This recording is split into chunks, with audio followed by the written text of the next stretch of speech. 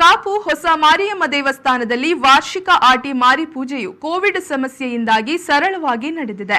ವಾರ್ಷಿಕವಾಗಿ ತುಳು ತಿಂಗಳುಗಳಾದ ಸುಗ್ಗಿ, ಜಾರ್ದೆ ಹಾಗೂ ಆಟಿ ಮಾರಿ ಪೂಜೆ ನಡೆಯುತ್ತಿದ್ದು, ಈ ಧಾರ್ಮಿಕ ಕಾರ್ಯಕ್ರಮಗಳಿಗೆ ಜಿಲ್ಲೆ, ಹೊರ ಜಿಲ್ಲೆ, ಹೊರ ರಾಜ್ಯ, ದೇಶ ವಿದೇಶಗಳಿಂದಲೂ ಲಕ್ಷಾಂತರ ಭಕ್ತಾದಿಗಳು ಆಗಮಿಸುತ್ತಿದ್ದು, ಆದರೆ ಈ ಬಾರಿ ಕೋವಿಡ್ ಸಮಸ್ಯೆಯಿಂದಾಗಿ ಸರ್ಕಾರದ ಸೂಚನೆಯಂತೆ ಸರಳವಾಗಿ ನಡೆಯುವುದರಿಂದ ಭಕ್ತಾದಿಗಳ ಸಂಖ್ಯೆಯು ವಿರಳವಾಗಿತ್ತು. ಶ್ರೀ ಕ್ಷೇತ್ರದಲ್ಲಿ ಪ್ರಮುಖವಾಗಿ ಕುಂಕುಮಾರ್ಚನೆ, ಗದ್ದಿಗೆ ಪೂಜೆ, ಹೂವಿನ ಪೂಜೆ, ಸರ್ವ ಸೇವೆಗಳು ನಡೆಯಿತು. ಅದಲ್ಲದೆ ಮಾರಿಯಮ್ಮ ದೇವಳ ಸಮಗ್ರ ಜೀರ್ಣೋದ್ಧಾರ ಕಾರ್ಯ ಪ್ರಗತಿಯಲ್ಲಿ ಇರುವ ಕಾರಣ ಶಿಲಾ ಸೇವೆಯೂ ನಡೆಯುತ್ತಿದೆ.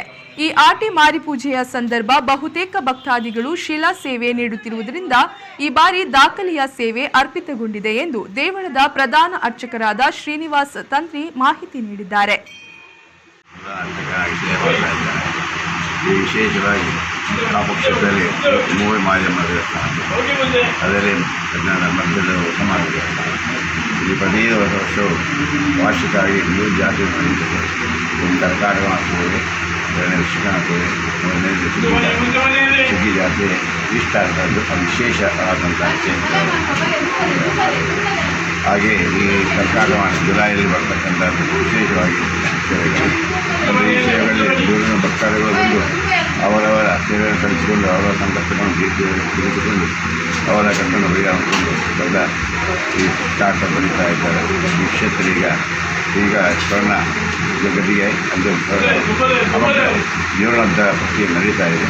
ಅದೆಲ್ಲ ಭಕ್ತಾದಿಗಳು ತಮ್ಮ ಬಾಳವನ್ನು ತಿಳಿಸ್ತಾ ಇದ್ದಾರೆ. ಒಂದು ಶಿಲಾ ಸರಿಯಾಗಿ 999 ರೂಪಾಯಿ, ಹಾಗೆ 9 ಶಿಲೆಗೆ 9,999 ಹಾಗೆ ಅದಕ್ಕೆ ಮೇಲ್ಪಟ್ಟಂಥದ್ದು ವರ್ಷಗಳು ಅಂದು ಅವರ ಶಿಲಾ ಸೇವೆಯನ್ನು ಅರ್ಪಿಸಿಕೊಂಡು